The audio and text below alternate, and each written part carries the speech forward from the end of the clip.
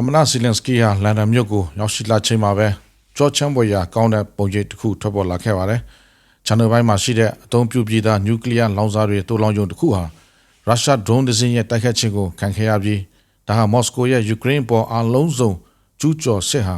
ထိန်းချုပ်မရတဲ့အခြေအနေစီကိုအလွယ်တကူဥတီသွားနိုင်တယ်ဆိုတဲ့ဆိုရင်ပူအံမှုတွေကိုတကြောပြန်မြစ်တက်စေခဲ့ပါတယ်။ချန်နယ်ပိုင်းဟာအရင်ကတည်းက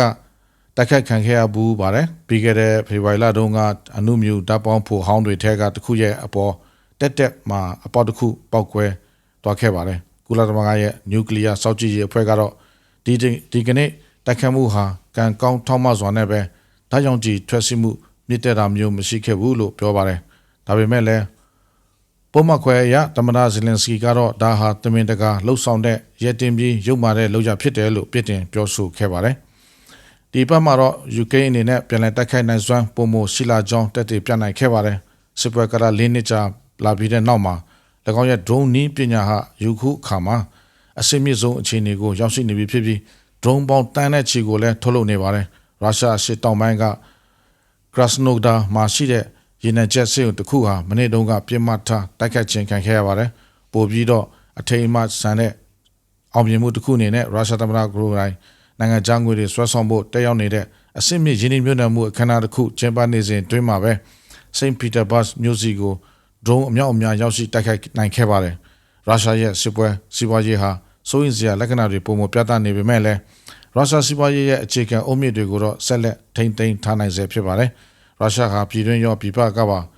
ရင်းနှီးမြှုပ်နှံမှုတွေအတွက်ဆက်လက်ဆွဲဆောင်မှုရှိနေဆဲဖြစ်ပါတယ်ဒီနေရာမှာထူးထူးခြားခြားကြည့်စရာမရှိပါဘူးလို့ပူတင်ကပြောပါတယ်ဒါပေမဲ့စစ်ပွဲဟာပြောင်းလဲနေပါတယ်။ဘာတွေပြောင်းလဲသွားလဲဆိုရင်တော့ယူကရိန်းဟာစစ်ပွဲမြေပြင်မှာစတင်အနိုင်ရရှိနေပြီဖြစ်ပြီးလောလောဆယ်မှာတော့ဒါဟာတိုတောင်းတဲ့ကာလကနေအလဇာကာလအထိတေချာပေါက်ဆက်ရှိနေအောင်မဲ့ပုံစံမျိုးဖြစ်နေတာကြောင့်ပူတင်ကိုတေချာပေါက်တုံ့လုံ၆ချသွားစေခဲ့ပါတယ်။ရုရှားဟာယူကရိန်းမြို့တွေကိုဆက်လက်တိုက်ခိုက်နေဆဲဖြစ်ပေမဲ့လည်းအချို့တော်တင်းတွေရယူကရိန်းဟာနေမြေတွေဆုံးရှုံးနေရတာထက်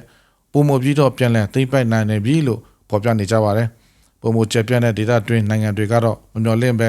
ဖြစ်ပေါ်လာနိုင်တဲ့နောက်ဆက်တွဲအကျိုးဆက်တွေရဲ့အမြဲတမ်းရှိနေတဲ့အန်ဒီရတွေပေါ်စိုးရိမ်ပူပန်နေကြပါတယ်။ချန်နိုပိုင်းကနေစလို့ရိုမေးနီးယားအထိဖြစ်ပြီးအဲ့ဒီမှာတော့ရုရှားရဲ့